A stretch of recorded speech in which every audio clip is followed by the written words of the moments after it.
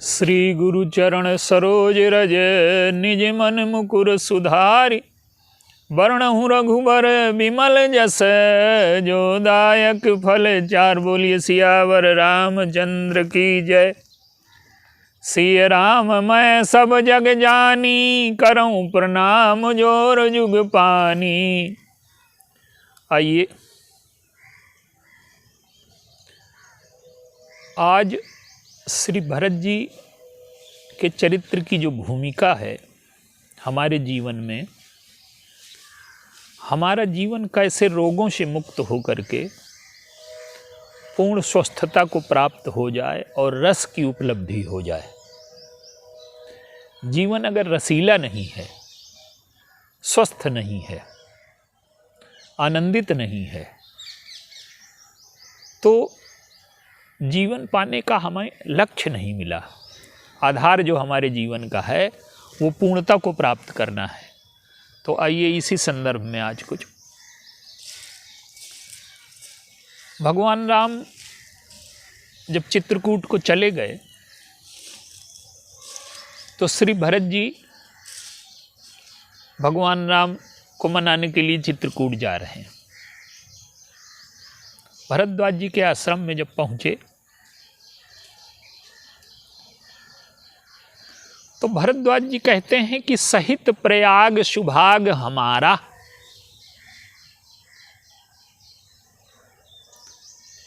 आपके आगमन से हम धन्य हो गए और प्रयाग धन्य हो गया। भरद्वाज जी कहते हैं कि सब साधन कर सुफल सुहावा, लखन राम सिय दर्शन पावा। हमने जीवन में जितने भी साधन किए थे उन सब का साधनों का परिणाम ये हुआ कि लक्ष्मण भगवान राम और सीता जी के दर्शन, लक्ष्मण जी भगवान राम और सीता जी के दर्शन हुए हमें। लेकिन भरद्वाज जी एक निसंकोच, एक अद्वितीय बात कहते हैं, एक विलक्षण बात कहते हैं, एक ऐसी बात कहते हैं जो समझ में नहीं आती। ते ही फल कर फल दरस तुम्हारा। उस फल का फल ये है कि तुम्हारे दर्शन मिले।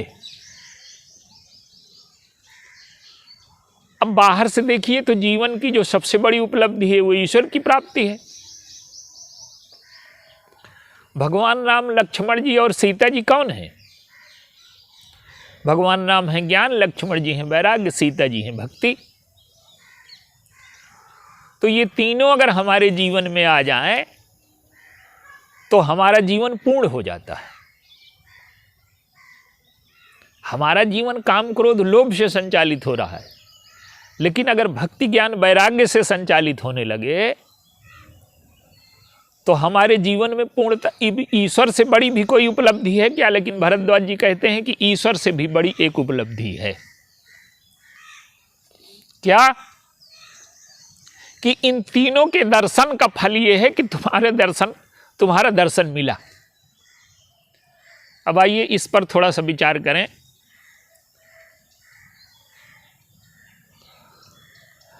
जो जीवन की यात्रा है उसमें दो तत्व प्रमुख हैं। जो धर्म है, भरत जी धर्म के भी प्रतीक हैं और प्रेम के भी प्रतीक हैं और ज्ञान के भी प्रतीक हैं। तो जो धर्म है उसकी शुरुआत कहां से होगी? श्रद्धा से होगी। श्रद्धा बिना धर्म नहीं होई, धर्म बिना श्रद्धा के नहीं होता, और ज्ञान भी बिना श्रद्धा के नहीं मिलता। सात्विक श्रद्धा धेनु सुहाई, जो हरि कृपा हृदय बश आई। श्रद्धा की गाय जब आ जाएगी तब ज्ञान का दीपक जलेगा। तो श्रद्धा से धर्म और श्रद्धा से ज्ञान और श्रद्धा से ही भक्ति। तो श्री भरत जी का जो वर्णन हो रहा है उसमें जो यात्रा है वो क्या है कि संत सभा 34 अमराई, बड़ी महिमा संतों की गाई जाती है, लेकिन संत मिलना सुलभ है, सत्संग मिलना संसार में सबसे कठिन है। तो जो भरत जी फल के फल हैं माने रस, वो कैसे हमारे जीवन में उपलब्ध होगा? तो संत सभा 34 अमराई। देखिए, श्रद्धा जो है वो बुद्धि का धर्म है, और भक्ति जो है वो हृदय का धर्म है। और जो हमारा जीवन है, जो चीज सहज हो जाती है, जो चीज हृदय में आ जाती है, वो हमारे जीवन में शाश्वत होती है और उसके लिए प्रयास नहीं करना पड़ता।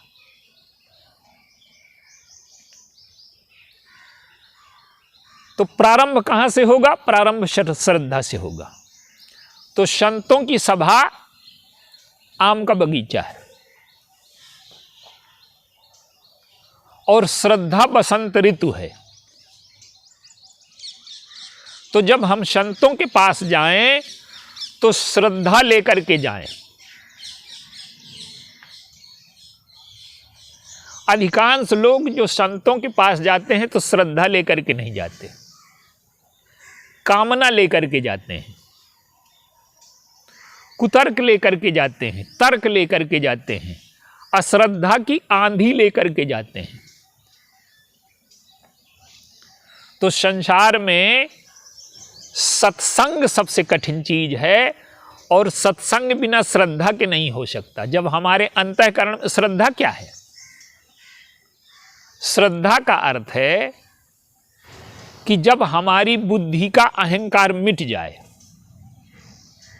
और हमें ये चीज समझ में आ जाए कि हमारी बुद्धि असीमित नहीं है, हमारी बुद्धि सीमित है, और कुछ लोग ऐसे हैं जो हमसे ज्यादा जानते हैं, जिनका जीवन का अनुभव हमसे ज्यादा गहरा है। तो और जिन्होंने ईश्वर को प्राप्त कर लिया है, आनंद को प्राप्त कर लिया है, जीवन का अनुभव जिनका गहरा है, और जो हमारे मन को पढ़ सकते हैं और हमें उस दिशा में ले जा सकते हैं जहां ईश्वर की प्राप्ति हो जाए, जहां हमारे जीवन में आनंद आ जाए, हमारे जीवन की में पूर्णता आ जाए, और हमारा जीवन दुख और रोगों से मुक्त हो जाए। तो ऐसे लोगों को संत कहते हैं, जो स्वयं पीड़ा से, दुख से मुक्त हो चुके हैं, मानसिक रोगों से मुक्त हो चुके हैं, उनके जीवन में आनंद की, रस की उपलब्धि हो गई है, ईश्वर की प्राप्ति हो गई है। और उनके पास अगर हम जाएं और उनके प्रति श्रद्धा रख करके जाएं,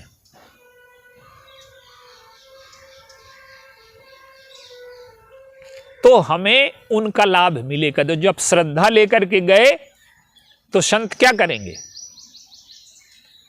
हमें कुछ साधन बताएंगे,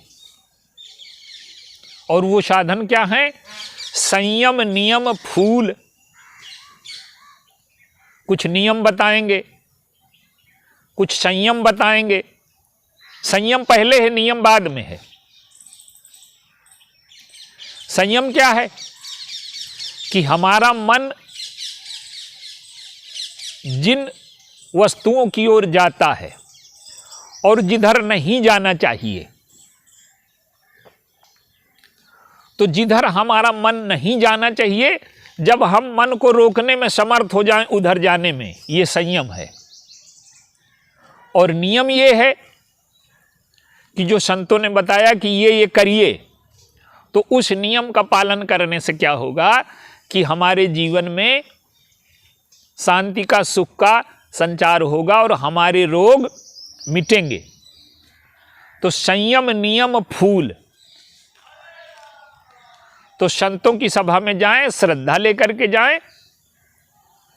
सबसे अधिक बुद्धिमान मानने की भूल न करें हम अपने को सृष्टि में।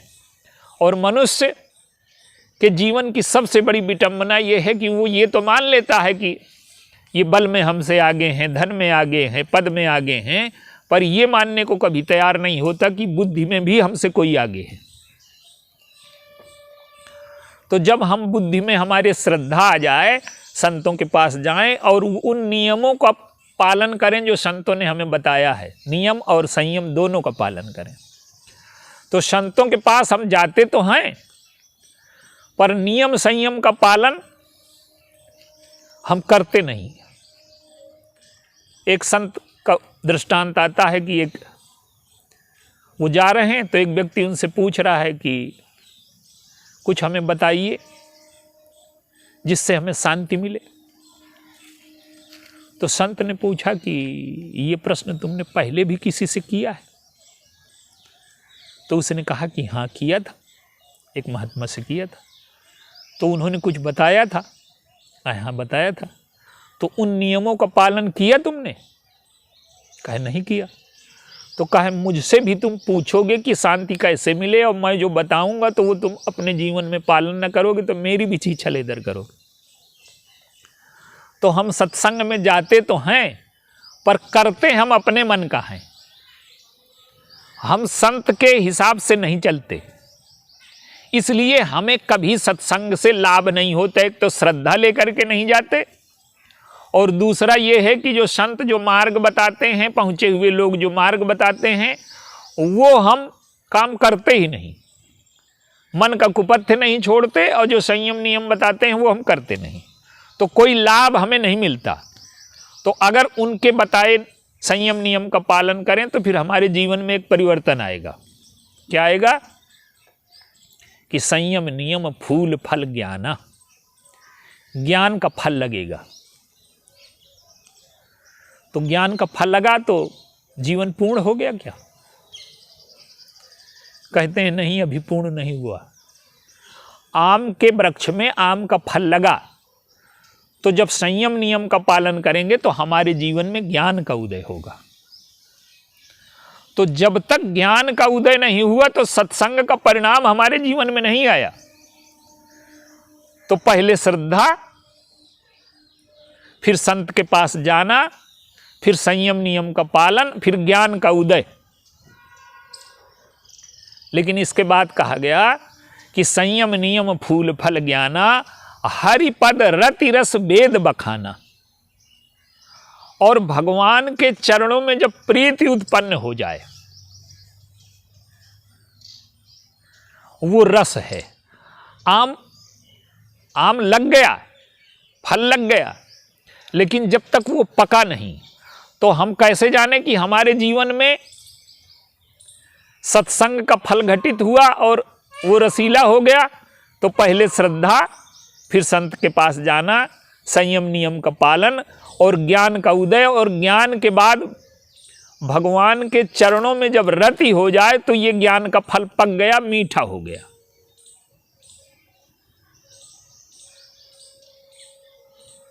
तो जब ये मीठा हो गया, देखिए धर्म की पहली प्रेरणा होती है कि बुद्धि से इन नियमों का हम पालन करें। श्रद्धा और प्रेम में यही अंतर है। श्रद्धा से प्रेम की यात्रा है ये। श्रद्धा बुद्धि का धर्म है और प्रेम हृदय का धर्म है। और जब श्रद्धा से उतर करके ये सारी चीजें हमारे हृदय में आ जाएं, बुद्धि से उतर करके, बुद्धि में क्या है कि ये बताया जाता है, कानून भी बताता है कि ये गैर कानूनी है, ये कानूनी है, लेकिन बुद्धि हमारी बताती है, लेकिन मन को कानून और गैर कानून से कोई मतलब नहीं, पाप पुण्य से कोई, उसको जो अच्छा लगता है वो उधर जाता है।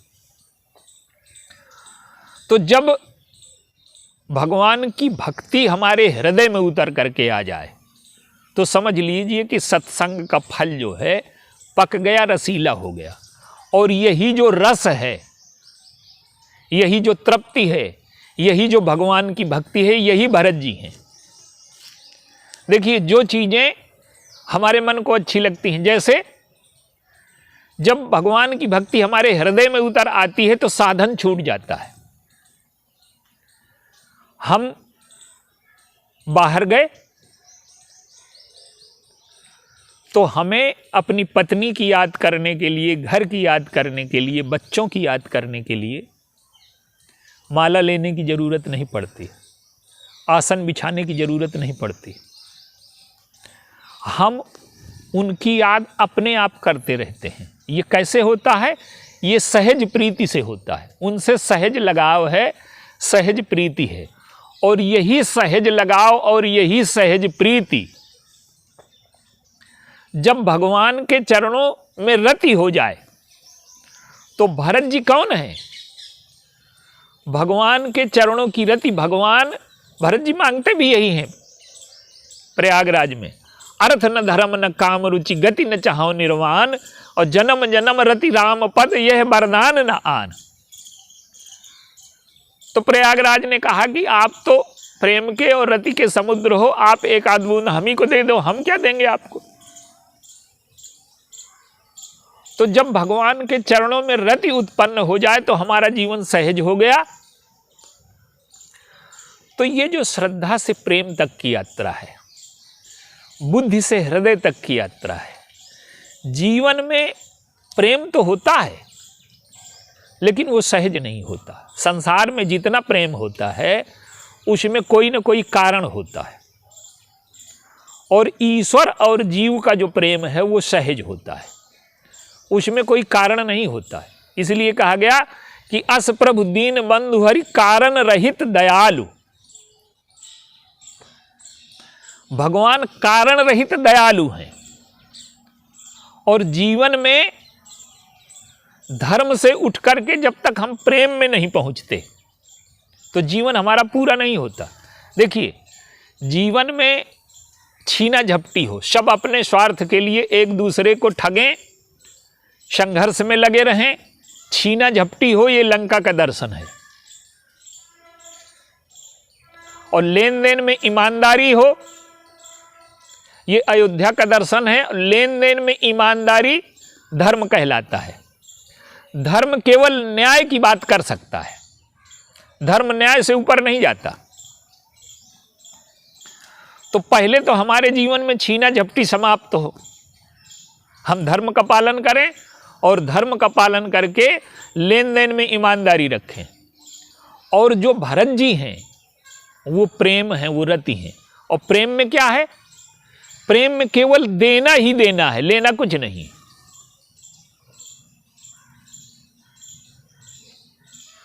तो जब देना ही देना, भगवान के प्रति भक्ति, सहज प्रेम हमारे जीवन में हो जाए तो यही भरत जी हैं। भरद्वाज जी कहते हैं कि लखन राम सिय दर्शन पाव, सब था साधन कर सुफल सुहावा, लखन राम सिय दर्शन पावा, और तेहि फल कर फल दरस तुम्हारा। तो भरद्वाज जी का जो कथन है, माने हमारे जीवन में जब भगवान के प्रति सहज प्रीति हो जाए, सहज रति हो जाए, सहज भक्ति हो जाए तो हमारा जीवन रसीला हो जाएगा, हमारा जीवन मीठा हो जाएगा, हमारे जीवन से सारे रोग मिट जाएंगे। भरत दरस मेटा बहु रोगु। हमें जीवन का स्वाद क्यों नहीं मिल रहा?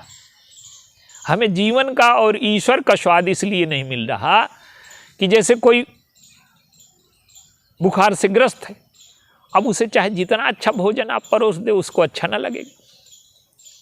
मिश्री खिला दो, मिश्री मीठी थोड़ा लगेगी, मिठाई खिला दो, मिठाई मीठी ना लगेगी।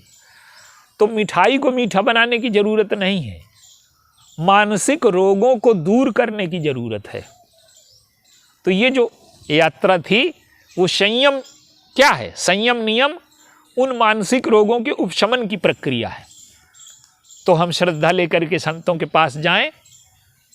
संत वो लोग हैं जिन्होंने भगवान की रति को, भगवान को जीवन में सारे दोषों को जीत लिया है।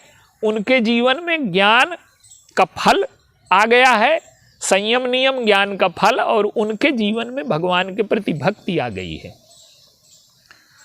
तो जब हम उनके पास जाएं और इन सीढ़ियों को चढ़ करके जीवन में सहज प्रेम उपलब्ध हो जाए, भगवान के प्रति प्रीति पैदा हो जाए, तो हमारा जीवन रसीला हो गया।